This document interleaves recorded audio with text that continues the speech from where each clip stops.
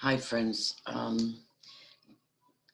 almost finished. 2 more videos to finish the book of Acts in the Message translation, and I've got a heavy heart today and it's 8 o'clock at night. I've had a really busy day and I've been angry since last night. I had the worst day I've had in years yesterday, and then found out that a supposed campaigner, ex-policeman, had been slandering me. I've been straining at the bit to make a retaliation video, but the day's been really busy and I'm just trying to hedge myself in and remember that vengeance is mine, says the Lord. So I'm going to finish this. I'm going to do 3 chapters of Acts, and if I still have the energy and the inclination, I will do a rebuttal video. So here we go. Share screen.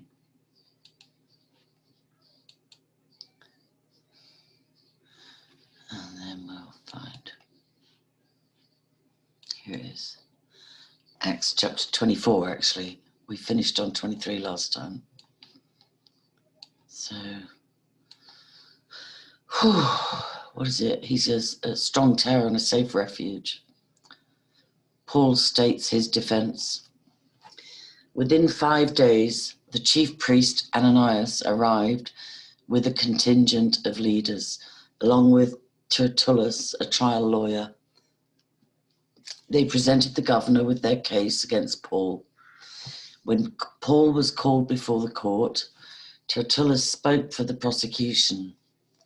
Most honourable Felix, we are most grateful in all times and places for your wise and gentle rule.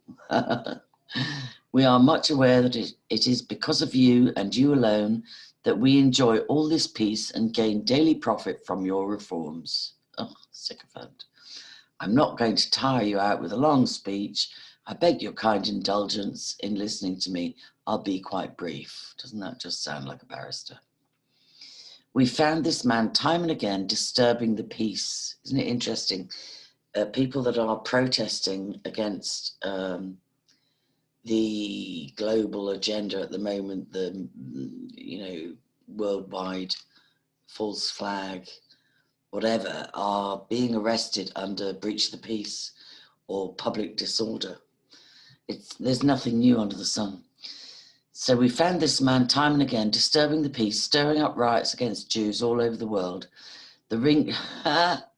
My God, the accusation of anti-Semitism back then, 2,000 years ago, wow. The ringleader of a seditious sect called Nazarenes. He's a real bad apple, I must say. We caught him trying to defile our holy temple and arrested him. You'll be able to verify all these accusations when you examine him yourself. Sounds like Ricky Dearman. The Jews joined in. Hear, hear, that's right. The governor motioned to Paul that it was now his turn. Paul said, I count myself fortunate to be defending myself before you, Governor. Wow. Knowing how fair-minded you've been in judging us all these years. I've been back in the country only 12 days. You can check out these dates easily enough. I came with the express purpose of worshipping in Jerusalem on Pentecost, and I've been minding my own business the whole time. Nobody can say they saw me arguing in the temple or working up a crowd in the streets. Not one of their charges can be backed up with evidence or witnesses. But I do freely admit this. In regard to the way which they malign as a dead-end street, I serve and worship the very same God served and worshipped by all our ancestors, and embrace everything written in all our scriptures. And I admit to living in hopeful anticipation that God will raise the dead, both the good and the bad. If that's my crime, my accusers are just as guilty as I am. Believe me, I do my level best to keep a clear conscience before God and my neighbours in everything I do. I've been out of the country for a number of years and now I'm back. While I was away, I took up a collection for the poor and brought that with me, along with offerings for the temple. It was while making those offerings that they found me quietly at my prayer in the temple. There was no crowd, there was no disturbance. It was some Jews from around Ephesus who started all this trouble. And you'll notice they're not here today. They're cowards, too cowardly to accuse me in front of you. Wow. So it was outside agitators. So ask these others what crime they've caught me in. Don't let them hide behind this smooth talking Tertullus. The only thing they have on me is that one sentence I shouted out in the council. It's because I believe in the resurrection that I've been hauled into this court. Does that sound to you like grounds for a criminal case? Felix shilly-shallied. He knew far more about the way than he let on, and could have settled the case then and there. But uncertain of his best move politically, he played for time. Politically, what about justice? When Captain Lysias comes down, I'll decide your case. He gave orders to the centurion to keep Paul in custody, but to more or less give him the run of the place and not prevent his friends from helping him. A few days later, Felix and his wife, Drusilla, who was Jewish, sent for Paul and listened to him talk about a life of believing in Jesus Christ. As Paul continued to insist on right relations with God and his people, about a life of moral discipline and the coming judgment, Felix felt things getting a little too close for comfort and dismissed him. That's enough for today. I'll call you back when it's convenient. At the same time, he was secretly hoping that Paul would offer him a substantial bribe. These conversations were repeated frequently. After 2 years of this, 2 years, Felix, 2 years on remand. My God. Felix was replaced by Porcius Festus. Still playing up to the Jews and ignoring justice, Felix left Paul in prison. Wow. Chapter 25. An appeal to Caesar. 3 days after Festus arrived in Caesarea to take up his duties as governor, he went up to Jerusalem. The high priests and top leaders renewed their vendetta against Paul. They asked Festus if he wouldn't please do them a favor by sending Paul to Jerusalem to respond to their charges. A lie, of course. They'd revived their old plot to set an ambush and kill him along the way. Festus answered that Caesarea was the proper jurisdiction for Paul and that he himself was going back there in a few days. You're perfectly welcome, he said, to go back with me then and accuse him of whatever you think he's done wrong. About 8 or 10 days later, Festus returned to Caesarea. The next morning he took his place in the courtroom and had Paul brought in. The minute he walked in, the Jews who had come down from Jerusalem were all over him, hurling the most extreme accusations, none of which they could prove. Then Paul took the stand and said simply, I've done nothing wrong against the Jewish religion or the temple or Caesar, period. Festus, though, wanted to get on the good side of the Jews and so said, how would you like to go up to Jerusalem and let me conduct your trial there? Paul answered, I'm standing at this moment before Caesar's bar of justice, where I have a perfect right to stand, and I'm going to keep standing here. I've done nothing wrong to the Jews, and you know it as well as I do. If I've committed a crime and deserve death, name the day. I can face it. But if there's nothing to their accusations, and you know there isn't, nobody can force me to go along with their nonsense. We've fooled around here long enough. I appeal to Caesar. This always amazes me. And I'll also say that the word Jew, although the Message translation is using it here in the first book of Acts, the book of Acts, which is the first book after the Gospels, is using the word Jews, but it wasn't actually introduced to the ancient scriptures till about, I think, 400 years after Jesus died and rose again. So it's just a technicality. It's another thing about this translation. Festus huddled with his advisors briefly and then gave his verdict. You've appealed to Caesar, you'll go to Caesar. And that reminds me of Sabine McNeill at one of her court cases I attended maybe 4 years ago, was it? I've got a picture, it came up on my memories. And it was Hampstead and Highgate, Highbury and Islington Court. And she asked to be referred to trial by jury or something like that. It's a big decision, it's a big choice. Anyway, a few days later, King Agrippa and his wife Bernice visited Caesarea to welcome Festus to his new post. After several days, Festus brought up Paul's case to the king. I have a man on my hands here, a prisoner left by Felix. When I was in Jerusalem, the high priests and Jewish leaders brought a bunch of accusations against him and wanted me to sentence him to death. I told them that wasn't the way we Romans did things. Just because a man is accused, we don't throw him out to the dogs. We make sure the accused has a chance to face his accusers and defend himself of the charges. So when they came down here, I got right on the case. I took my place in the courtroom and put the man on the stand. Sycophant. The accusers came at him from all sides, but their accusations turned out to be nothing more than arguments about their religion and a dead man named Jesus, who the prisoner claimed was alive. Since I'm a newcomer here and don't understand everything involved in cases like this, I asked if he'd be willing to go to Jerusalem and be tried there.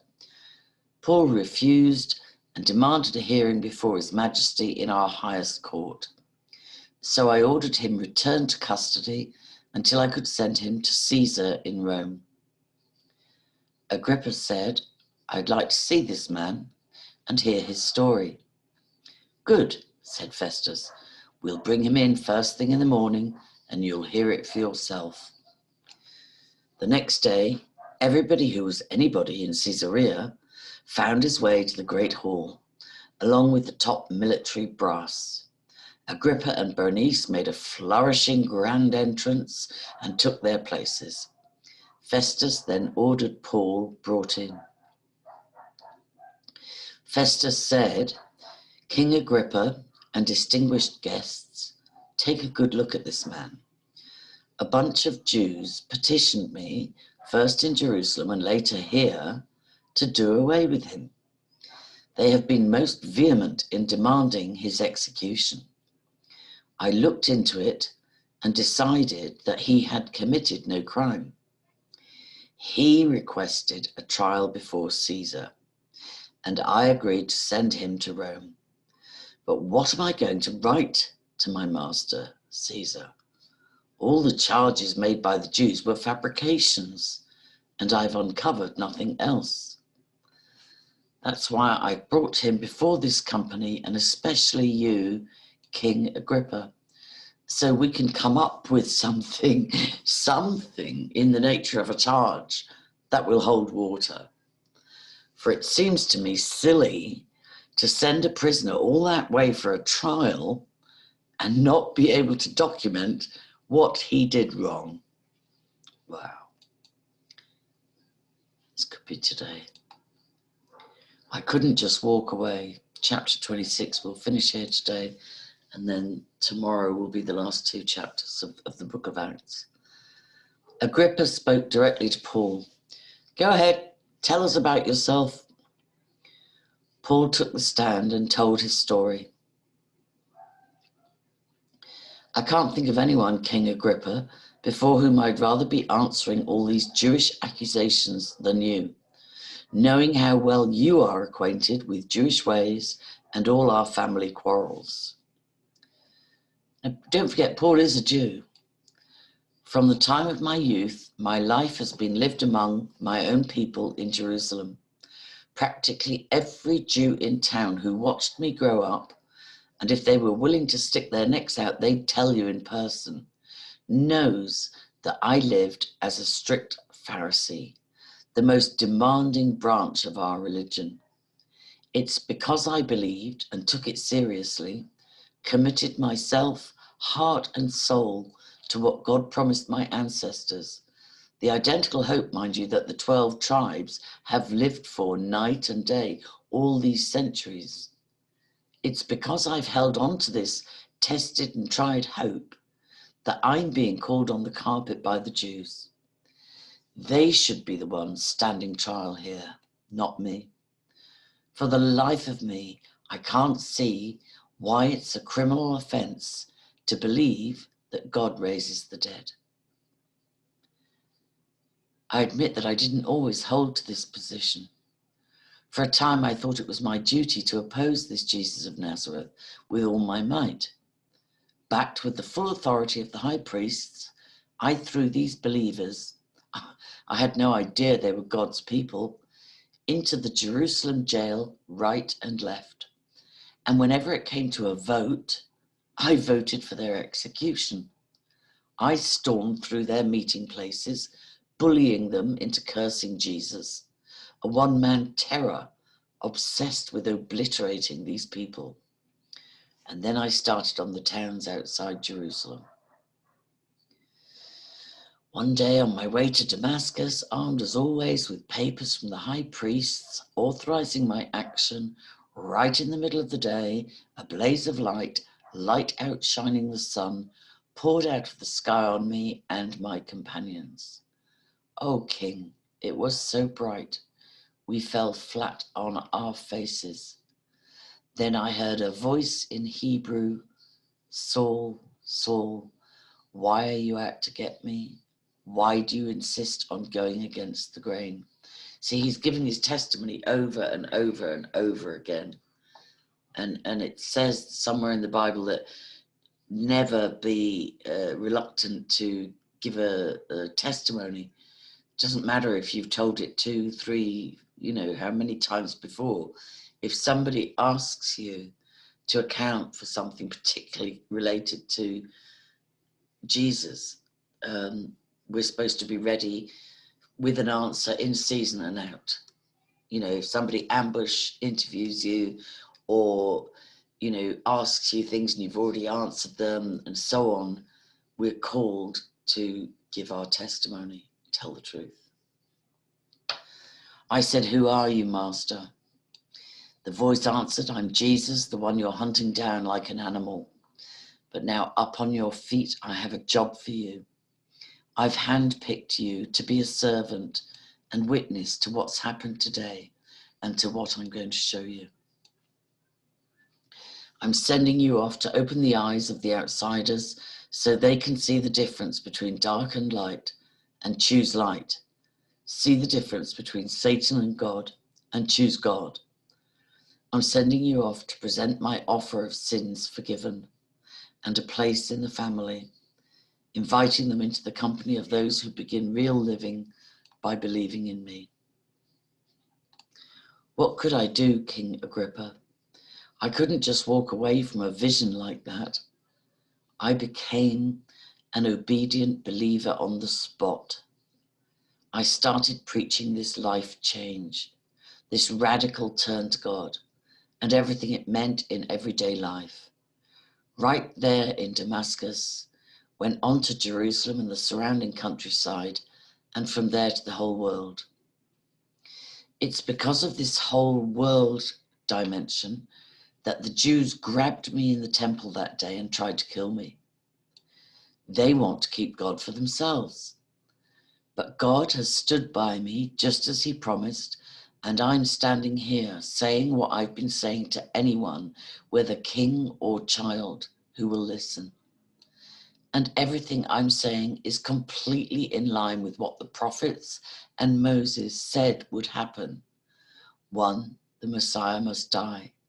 2, raised from the dead, he would be the first rays of God's daylight, shining on people far and near, people both godless and God-fearing. That was too much for Festus. He interrupted with a shout. Paul, you're crazy. You've read too many books.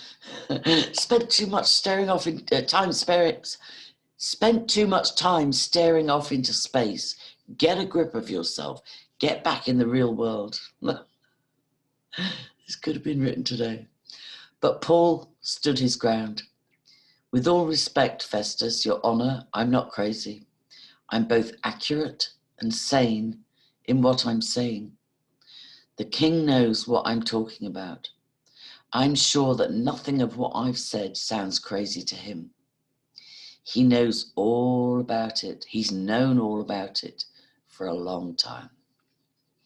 You must realize that this wasn't done behind the scenes. You believe the prophets, don't you, King Agrippa? Don't answer that. I know you believe. But Agrippa did answer, keep this up much longer and you'll make a Christian out of me.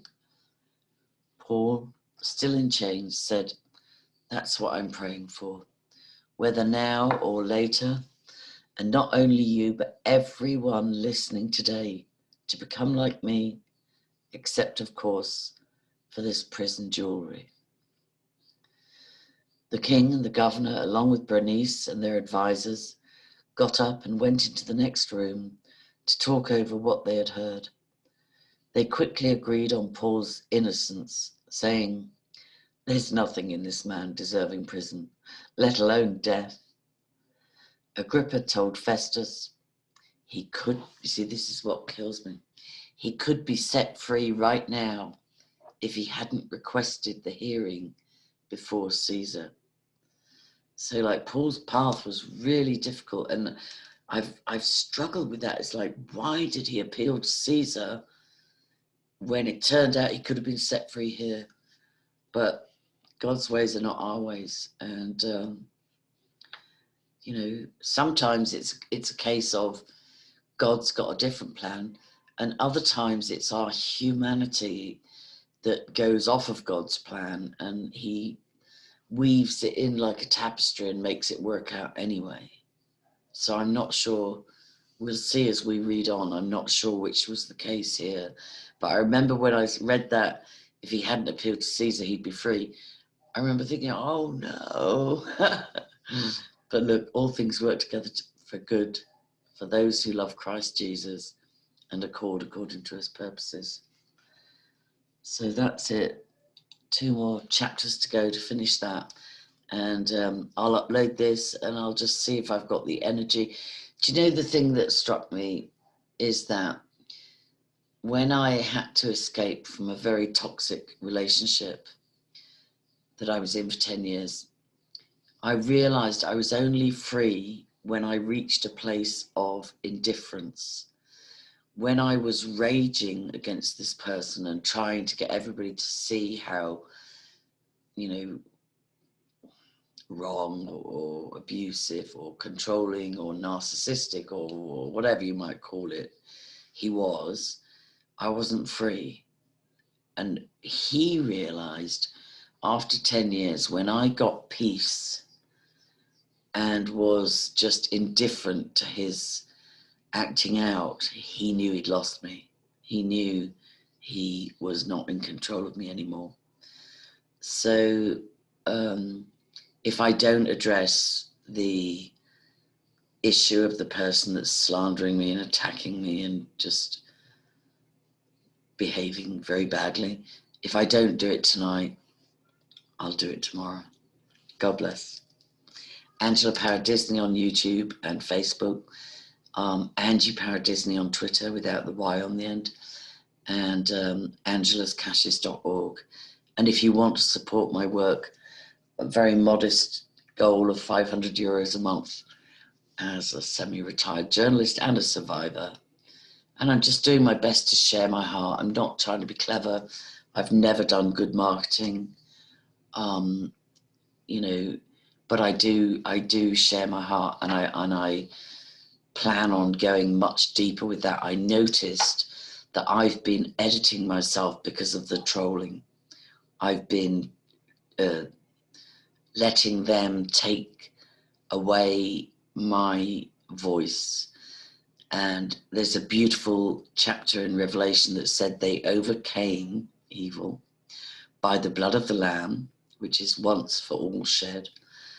You know, it's not an ongoing blood sacrifice requisite. No, Satanists, stop it. The word of their testimony. So, you know, speaking the truth, and that they valued not their life even unto death. And that's not a thing of not valuing your life, but it's like not trying to preserve it yourself. It said if you try and save your own life, you'll lose it. But if you're willing to lose it, you'll gain it, and the bonus of eternal life. So that's it for now. I'll see you again tomorrow. Thanks for those that pray for me. I had a really, really rough day yesterday.